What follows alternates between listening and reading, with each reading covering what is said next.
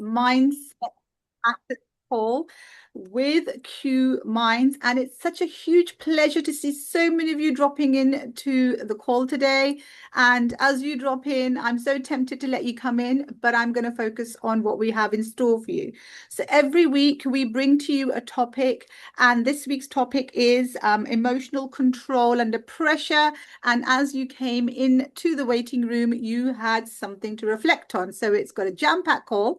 And I am honored, as I am every week, to introduce to you Maher Awad, who is a co-founder of QBN and also a serial entrepreneur in various entities. And it's always, I would say, I'm always grateful, and it's always a pleasure to share this platform with a gentleman like Maher, because he is a rare gem. He's somebody who is holistic in everything he does, a combination of business, in terms of his leadership, his sports and fitness, and his discipline, and he does everything from his heart. He owns, not only does he own successful businesses and manages investment portfolios, but he spent years building not only companies, but most importantly, why we're here, people and communities. And what I really appreciate about Maher is he talks from the heart, from real life, not merely theory. And the message that he brings is from experience, from consistency, and a genuine desire he holds to help everybody grow. So again, this week we begin with a new topic, to emotional control under pressure. Maher, the stage is yours. We are super excited about this topic this week. Thank you, Shazia. And don't leave just yet, because I want to hand it back to you, because what an amazing co-host we have here. We're doing this together. It's not all me. Shazia plays a big role in this. She does so much behind the scenes, more than people know. An amazing woman, a leader herself, an entrepreneur herself, a doctor in PhD, multiple certifications, and I can just, the list can go on and on and on of her certifications, including mindset and leadership and so much more. So it's an honor and a pleasure to be doing this side by side with you. So thank you for being here as well. I know that the audience, it's a pleasure to have every single one of you. Many blessings to each and every one of you on this call. My name is Maher Awad. Of course, everybody knows. Today is a very special subject. So let me ask a question as we get started. How many of you know the answer, have had a moment where you said something that you regret, have reacted before thinking, things that you could have just waited a second and maybe would have had a different outcome, whether it's your words or your actions? Yes or no? I know I'm a victim of that 100%. And this is a really, really delicate subject, because we're talking about our mind, and sometimes our emotions, we can't control what we do and how we react. Last week we discussed the personal standards and what we accept from ourselves, what we tolerate, and the level of what we choose and how to choose to live. Today, we're going to examine the greatest test of those standards, yes or no, how we behave under pressure. Now, it's easy to appear calm, patient, and confident. We call ourselves leaders, some of you entrepreneurs, doctors, whatever your degree or profession or training is. In the moment, when you're in a relaxed environment, it's easy to say those things. The real test comes when those plans change, and when people disappoint you emotionally, your emotions rise, circumstances that are out of your control. Those are the moments where pressure does not build our character. It reveals it. Yes or no? So emotional control doesn't mean becoming emotionless. And that's not what we're saying here. We all have emotions. It does not mean ignoring frustrations and disappointments and fear and anger. Those are all real emotions. It means refusing to allow the temporary emotion that you feel in the moment to make a permanent decision for you. So today we're going to focus on 4 areas of how we can remain calm under pressure, think clearly. What are some things that we can do, respond intentionally when life, business, relationships, and unexpected circumstances test us. Now, when we had a session last year about the amygdala, correct? I want to, because this correlates and it ties in with today's subject. We had the amygdala effect. It was a whole session on the amygdala effect, I think it was. When the brain senses a threat, whether it's physical danger, criticism, conflict, embarrassment, the amygdala activates the stress response hormone. It releases chemicals, adrenaline, noradrenaline, cortisol, and these chemicals prepare the body for a fight, to flee, to freeze. But when the stress becomes intense, they temporarily weaken the front, and I think Dr. K is on here. She can testify. She's a doctor. The prefrontal cortex, the part of the brain responsible for reasoning, impulse, control, perspective, the thought decision-making process of our brain. That's why people become so defensive. You speak immediately, impulsively. We make poor decisions under pressure. Now, the solution here is, and we're going to talk about this, but the quick solution that we're going to discuss today is pause, slow your breathing, identify the emotion, separate facts from assumption, give the rational brain time to regain control before responding. Yes or no, Shazia? Absolutely. And for me, it's always been sleep on it. When I have been in a situation where I know that there's a lot of emotion, I'm feeling it, it's about taking that deep breath, walking away, removing myself from that space, and then separating my emotion from the facts, because that's important, and then sleep on it, and then come back. Because in that spur of the moment, we've all had that where we've said something, and once it's out, you can't take it back. So it's really important to just, as you mentioned, pause. So let's talk about the first part of, I want to break this down into 4 topics because we're basically have a 30-minute session and we're going to go through this, and everybody here can benefit and relate to what we're talking about today. So the first part of this equation is recognize the emotion before it controls the response. So basic message, you cannot manage an emotion you have not taken the time to identify. So identify the emotion. Many people react immediately because they move from the emotion to action without creating a space in between the two. That's why we always say, Shazia, we talked about this, you said sleep on it. Now, it might take just a moment, a minute, 2 minutes, 5 minutes, or the next day. No. So pressure, let's talk about some pressures. Anger, fear, embarrassment, frustration, disappointment, defensiveness, feeling disrespected. How about that one? Don't we get that all the time, especially in today's society? Maybe feeling ignored or misunderstood in a work relationship or personal relationship. Often the emotion we express is not the emotion we're actually experiencing. For example, let's talk about anger. Anger may be covering a disappointment, or defensiveness. When you become defensive, it may be covering insecurity, or impatience may be covering fear, withdrawal may be covering something that hurt you.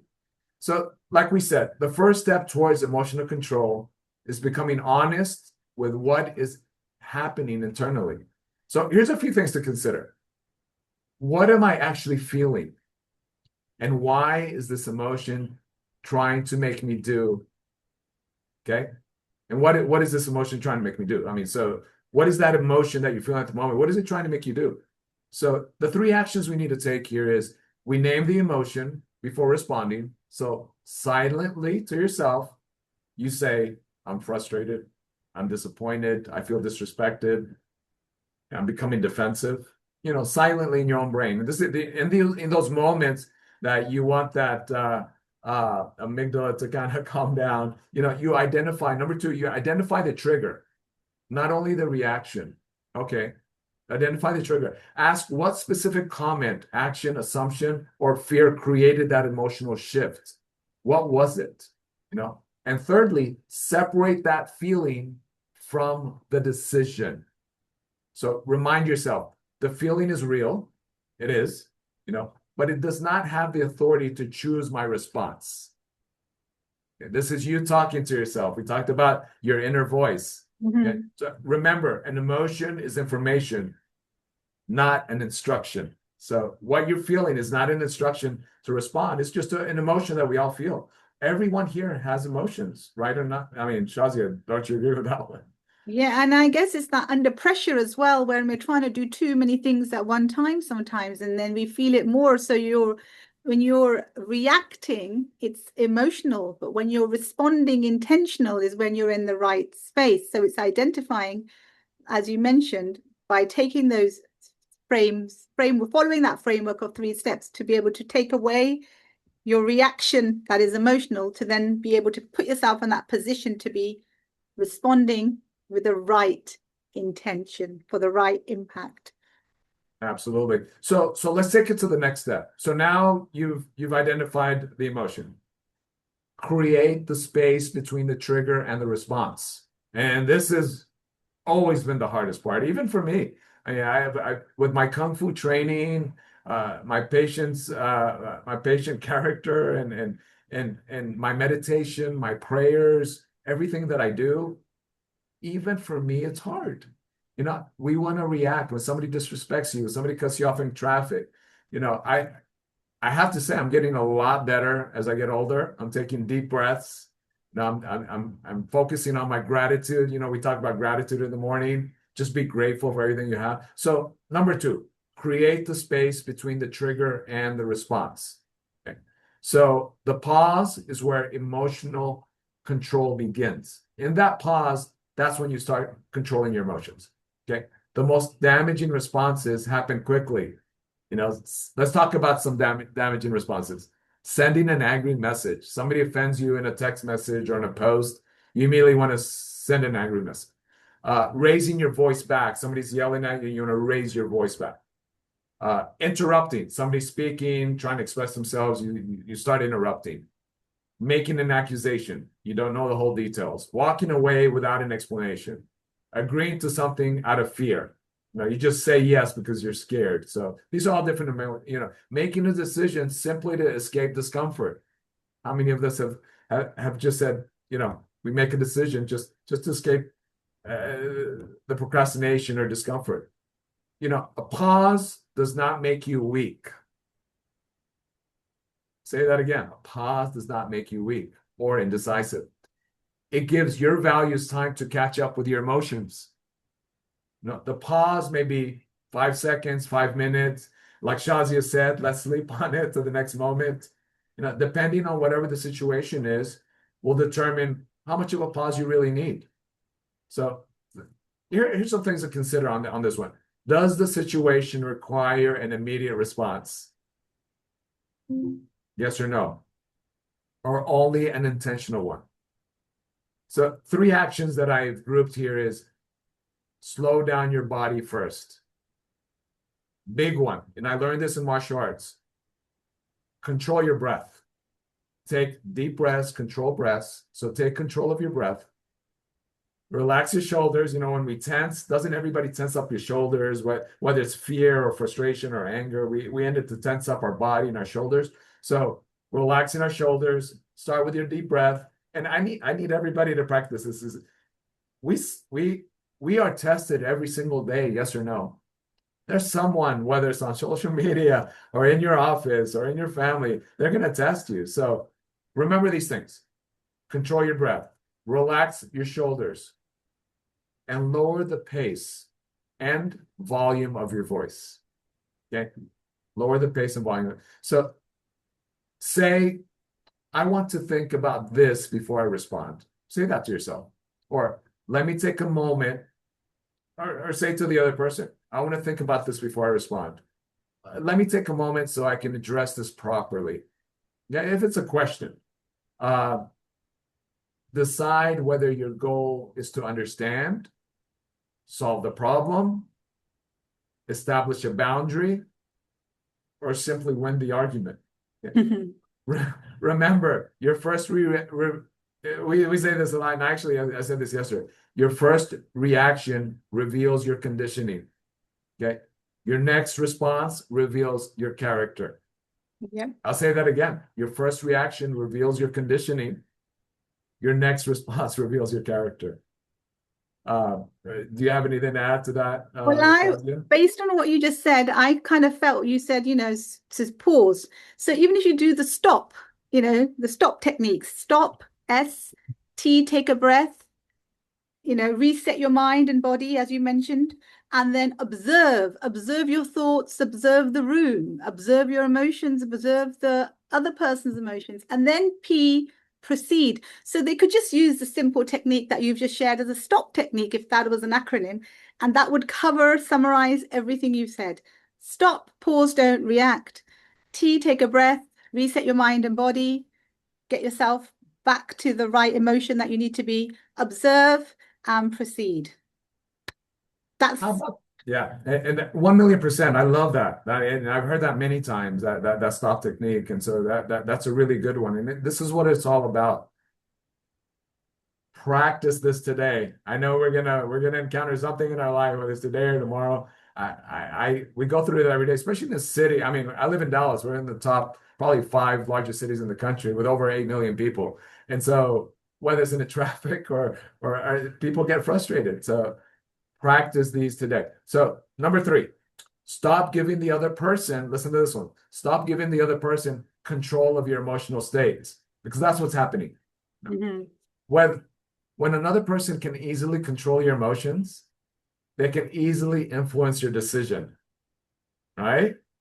Emotional control becomes difficult when our internal state depends entirely on how others behave. We may say something like, they made me feel angry. She ruined my day.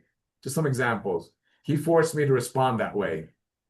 I had no choice because of what they did. So you're giving other people control of your emotions. Other people can provoke you, disappoint you, disrespect you, frustrate you, but they do not automatically determine your response. No. So what we want to do is we want to take ownership. No, taking ownership doesn't excuse poor behavior. It prevents someone else's behavior from controlling our own behavior, okay, our own emotions. So here's some things to consider. Am I responding according to my standards or reacting according to somebody else's behavior? So remember, how are you responding? Are you responding according to your own, did you set your standards to be, to react in that particular way? Or is your reaction based on how other people are controlling your emotions? Here are three actions that I want you to take. Take ownership of your response. So replace they made me with I allowed myself to respond by. Refuse to mirror emotional chaos. That's what happens. Somebody's angry, you become angry. Somebody is fearful, maybe, that energy, that chemistry, that energy, moves from one person to another. So refuse to mirror someone else's emotional chaos. So don't become louder just because someone else became loud, or disrespectful because someone else is disrespectful, or irrational because somebody else is irrational. And that's what we tend to do most of the time, especially as we're getting older in our younger ages. I know, the younger crowd on this call, you guys are in college or in school or amongst your friends. Somebody becomes disrespectful, you become disrespectful back. Somebody becomes angry or loud, and you act back the same way. So ask, how would the calmest, strongest, most disciplined version of me handle this? Right? And remember, you lose emotional authority when another person's behavior determines yours. I'm going to say that again. You lose emotional authority when another person, when their behavior determines your behavior. Okay? Shazia, what are you? You've actually triggered back a memory when I was in my school days. And I remember a parent came into the classroom and punched the wall and looked at me. And because I was of color, said that you're going to teach my kid, and was expecting me to react, and I couldn't because I was in a professional role. And so I pulled out a chair. I said, first I opened the middle door so I had a witness because he could have punched me next.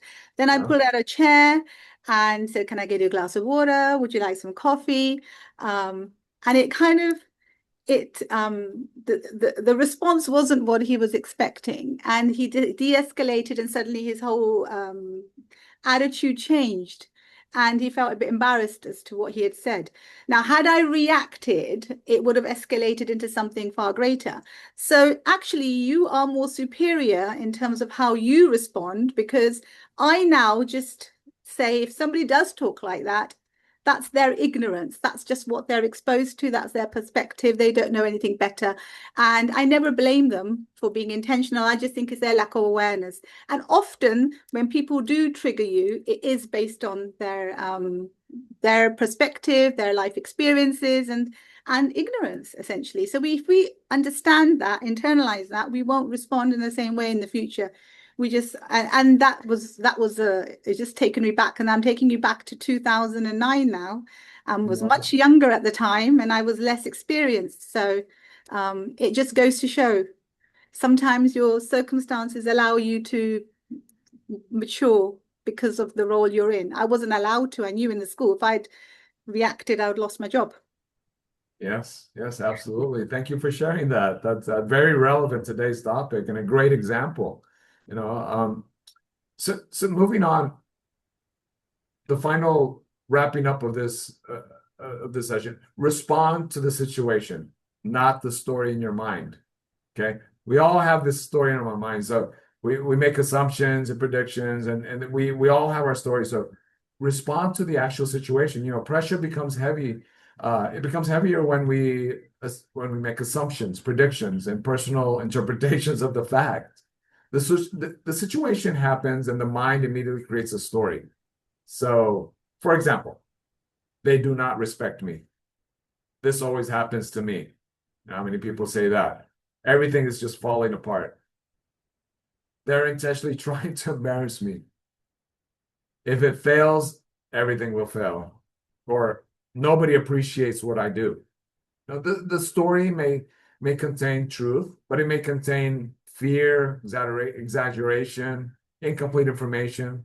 So, you know, emotional control requires separating what happened, what you assumed, what you fear, and what you actually know.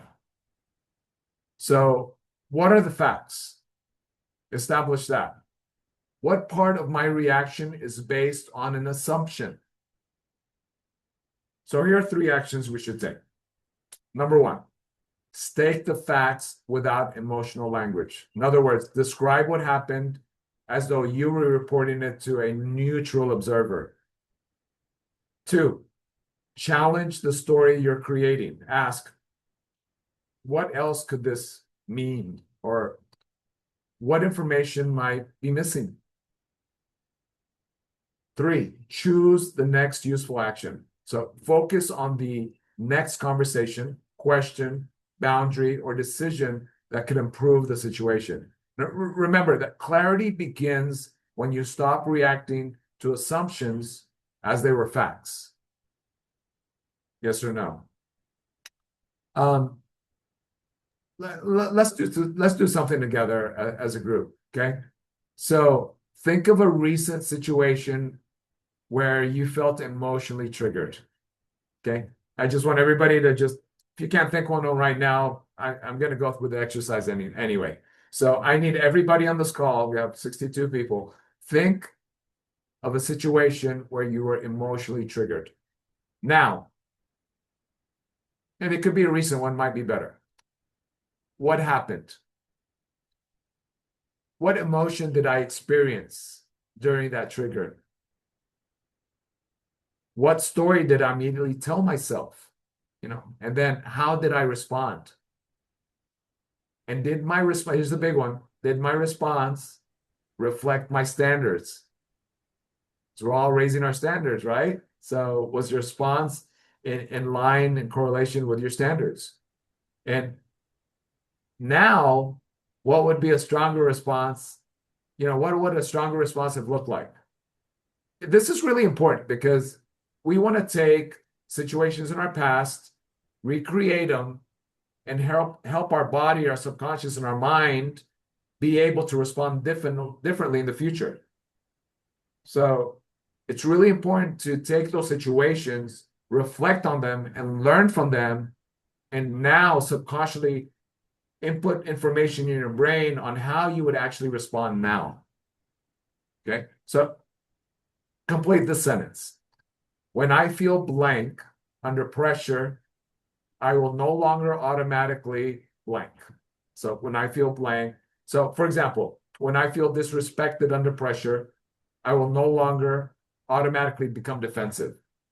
And finish that sentence by saying, my new response will be blank.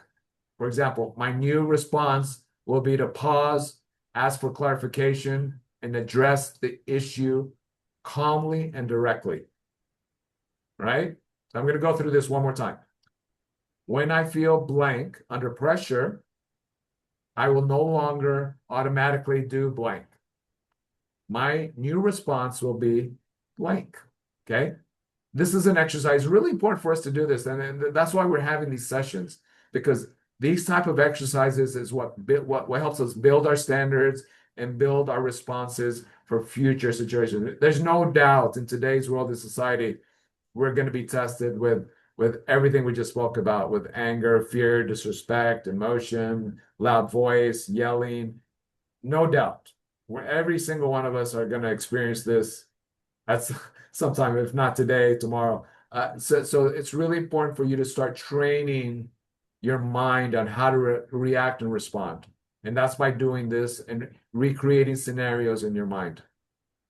I love that, Maher, because what you've just said is also the clarity. You can simply, when in a situation like that, say, look, I know you're feeling quite anxious right now. I don't think this is the time to have a good conversation. So why don't we just have a break for 5, 10 minutes and come back when when we're, calm or feeling better. I've seen that on the telephone. It's worked with families or with people who are triggered, but also that's very interesting. Can you reiterate what you've just said, just so that I'm clear in my head that what I've understood is exactly what you wanted to say? Because sometimes it genuinely is not the intention of the other person to offend you. They are they're triggered themselves, so they react that way. And the third thing I've learned is culturally. So, without mentioning any cultures, I have had learners from various ages who have spoken in certain manner, and the fact is that's their taught behavior. That's how they were, the hidden curriculum, as we call it, was the way they were exposed to conversations. So they are naturally loud. They're not just loud with you. So there's a lot that we have shared, but there's a lot that wraps around it as well. So you're absolutely right. The assumptions are what triggers us more than Yeah, anything else. absolutely. I have a challenge for everybody on this call. Okay, 7-day challenge. For the next 7 days, I want each and every one of you to practice one deliberate pause whenever you feel emotionally activated. So before responding, you should say, and I'll keep it simple. What am I feeling? What outcome do I want? What response would reflect my standard? Okay. What am I feeling? What outcome do I want? And what response will reflect my standard? Okay? And at the end of the day, I need each and every one of you to reflect. Where did I control my emotion today? Where did my emotion control me today? Just being honest. So the goal is not perfection. Okay?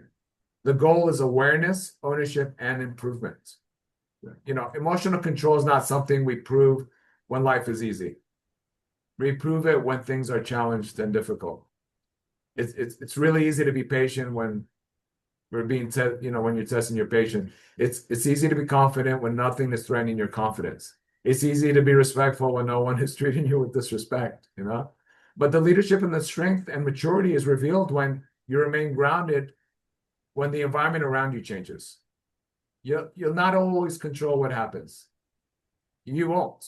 You'll control you will not control every person, every outcome, every delay, every disappointment, every unexpected change. You just won't control that. But you can learn to control the meaning you assign to it, the energy you give and the response you choose. Remember, a temporary emotion should not be allowed to damage a permanent relationship.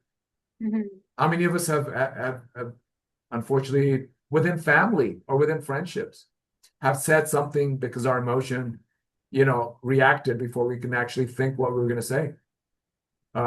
Destroyed an opportunity, an important opportunity, or make a decision that doesn't represent who you are. So this week, ask yourself, how do I feel? Ask yourself, what do I choose to do with what I'm feeling? Emotional strength is not found in reacting faster. It's found in becoming intentional, right? Yeah. I want to do, everybody loved the affirmations we did last week. So let's do some affirmations and a quick recap. Let me find my share screen. There it is. And share this. Okay.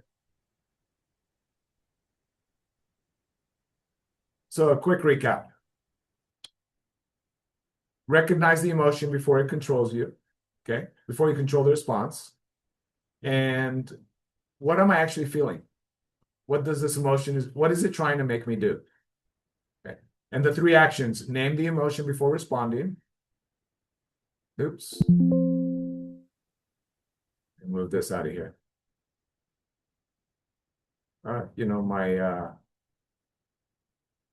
My closed caption is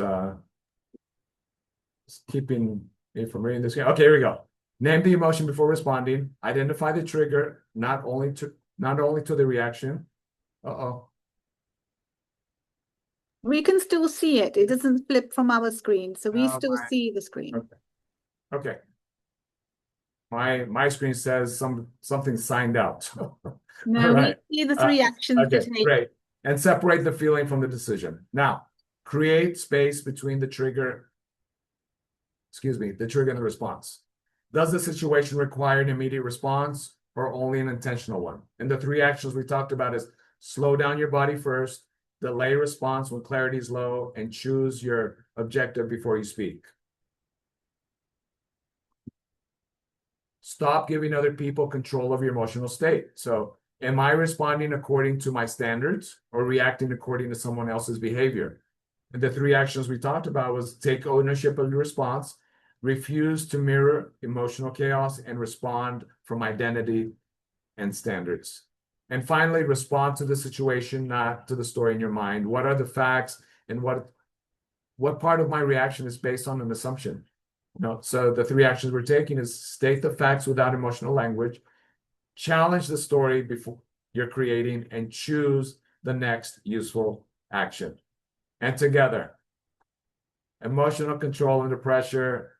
As we wrap it up, our affirmations for today: I will remain calm and clear under pressure. I acknowledge my emotions without surrendering control to them. I pause before I respond. I do not allow another person's behavior to determine mine. I separate facts from assumption. My responses reflect my values, standards, and strength. Under pressure, I become more intentional, not more reactive. So I say this in the morning, and I have so many affirmations that I start writing them down and have them in a little journal. So everyone on this call, I really appreciate you being on here today. Shazia, do you have anything to add or say before we No, close I up? think let's just recap. This is session 5. So we started off with your mindset, your superpower. The second session was building unshakable confidence. Session 3, discipline over motivation.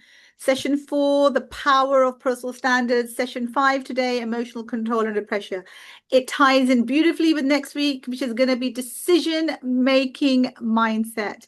That's going to then lead us to the execution gap and building your next chapter, which will close off our 8. And anybody who's joined us on all 8 sessions will be getting a certificate of attendance and a raffle whereby they will get access to a 30-minute one-on-one coaching session. How amazing is that, Maher?